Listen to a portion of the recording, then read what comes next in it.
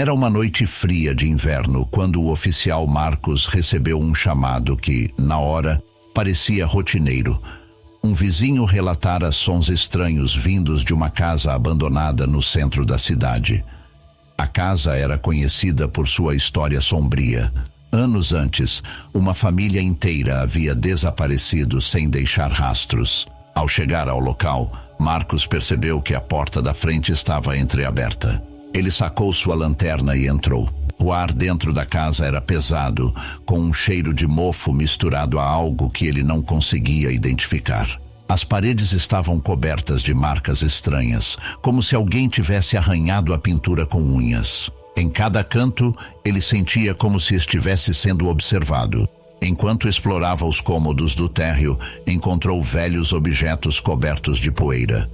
Fotografias em preto e branco, livros rasgados e um espelho rachado. Tudo parecia congelado no tempo. Subitamente, ouviu passos vindos do andar de cima. Ele anunciou sua presença, mas não obteve resposta. Um calafrio percorreu sua espinha, mas ele decidiu investigar. Subindo as escadas rangentes, encontrou um quarto com a porta entreaberta. Quando entrou, viu uma cadeira de balanço movimentando-se sozinha. No canto, havia uma boneca antiga com olhos que pareciam segui-lo. A sensação de opressão aumentava, e Marcos começou a ouvir sussurros distantes. Eles eram baixos, mas claros. Ajude-nos. Não conseguimos sair. O oficial tentou ignorar os sussurros, mas parecia que as vozes estavam cada vez mais próximas. Ele sentia que algo estava errado, mas continuou explorando. No silêncio pesado que se seguiu, ele percebeu que a casa parecia respirar. Cada passo seu ecoava como se houvesse algo mais acompanhando-o. De repente, a porta do quarto se fechou com um estrondo e Marcos ouviu uma voz infantil sussurrar: "Você não devia estar aqui." Um frio cortante percorreu sua espinha e ele sentiu uma mão gelada tocar seu ombro. Quando se virou, não havia nada ali, apenas a boneca agora no meio do quarto. Ele tentou abrir a porta novamente, mas parecia trancada por dentro. A sensação de pânico tomou conta enquanto ele batia na porta e ouvia risadas abafadas vindo do corredor. Finalmente conseguiu arrombar a porta e saiu do quarto. Quando alcançou o térreo, percebeu que a porta da casa agora estava trancada. Marcos precisou chutar a porta para sair. Antes de entrar na viatura, olhou para trás e viu a silhueta de uma criança na janela, observando-o. Sentia que algo estava o seguindo. Durante o trajeto de volta à delegacia, notou que o espelho retrovisor mostrava uma sombra no banco traseiro. Ele estacionou abruptamente e virou-se, mas o banco estava vazio. No dia seguinte, ele relatou o ocorrido aos colegas, que disseram que aquela casa já havia sido palco de várias ocorrências inexplicáveis. Marcos jurou nunca mais voltar lá. Meses depois, descobriu que outros policiais que visitaram a casa haviam relatado sonhos recorrentes com a mesma criança. Em um dos relatos, um policial disse ter ouvido uma voz enquanto sonhava: "Você não deveria ter saído." Desde então, Marcos sente que está sendo observado até mesmo em sua própria casa.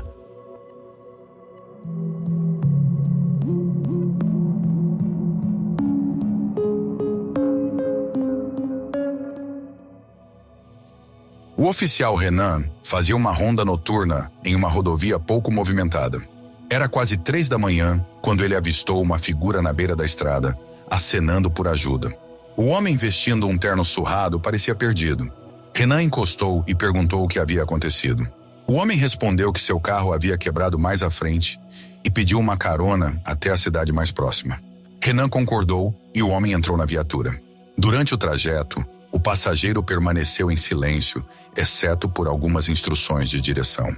Algo nele era estranhamente inquietante, mas Renan tentou ignorar.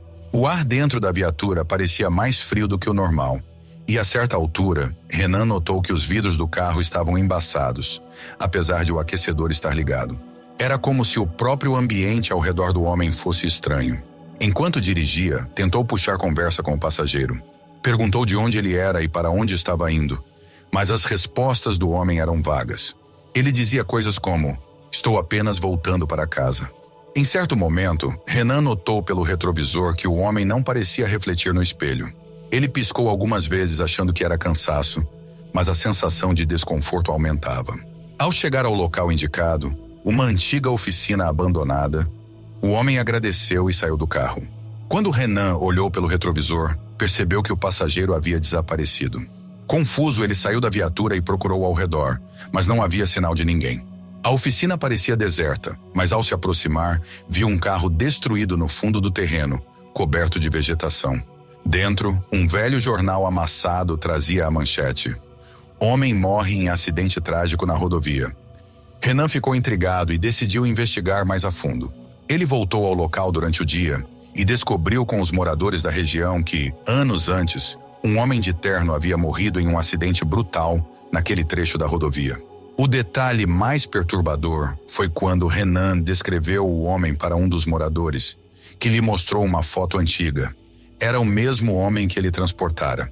No retorno, enquanto dirigia pela rodovia, a viatura apresentou falhas elétricas inexplicáveis. O rádio ligou sozinho, emitindo apenas estática, e ele sentiu um calafrio ao ouvir uma voz sussurrar: "Obrigado pela carona." Dias depois, Renan teve um sonho com o homem sentado na viatura, sorrindo de forma perturbadora. Em seus sonhos, o homem dizia coisas estranhas como: "Ainda precisamos nos encontrar." Desde então, evita aquela rodovia durante as madrugadas, mas não consegue esquecer a sensação de que ainda está sendo observado.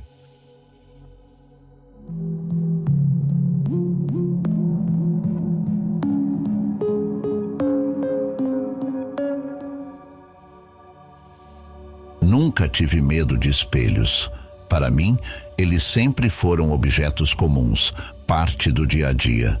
O espelho do meu quarto, por exemplo, estava lá há anos, preso na porta do guarda-roupa. Nunca pensei muito sobre ele, até a noite em que tudo mudou. Era uma madrugada qualquer. Eu tinha dormido tarde, depois de passar horas assistindo a um filme de suspense. O sono veio rápido, mas foi interrompido por uma sensação estranha. Meu corpo parecia pesado, como se algo estivesse pressionando meu peito. Abri os olhos, ou pelo menos achei que tinha aberto. O quarto estava escuro, mas algo parecia fora do lugar.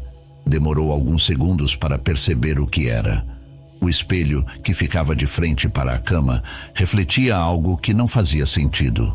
No vidro, meu reflexo estava lá. Mas havia algo mais. Uma sombra. Não era minha, nem de qualquer objeto no quarto. Era uma forma escura, distorcida, com contornos que pareciam vibrar levemente.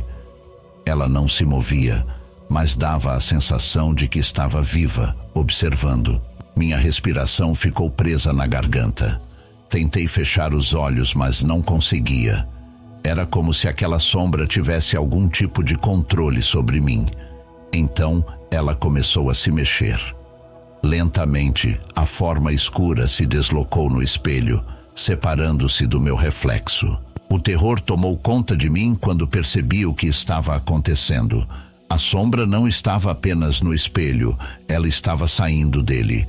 Escorreu pela superfície como uma substância líquida, pingando no chão do quarto. A sombra começou a se espalhar, movendo-se como uma névoa densa e viscosa. Ela subiu pelas paredes e pelo teto, preenchendo o quarto com uma escuridão ainda mais intensa. Quando finalmente se lançou sobre mim, senti como se estivesse sendo engolido.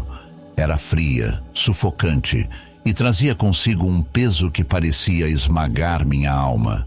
De repente, despertei. Estava na cama, ofegante, com o corpo inteiro trêmulo. Olhei para o espelho. Ele parecia normal, mas havia algo nele que não estava lá antes. Uma marca negra, parecida com uma mão, estava impressa no vidro. Desde então, evito espelhos. Todos na minha casa estão virados para a parede, mas às vezes sinto que aquilo ainda me observa, esperando o momento certo para voltar.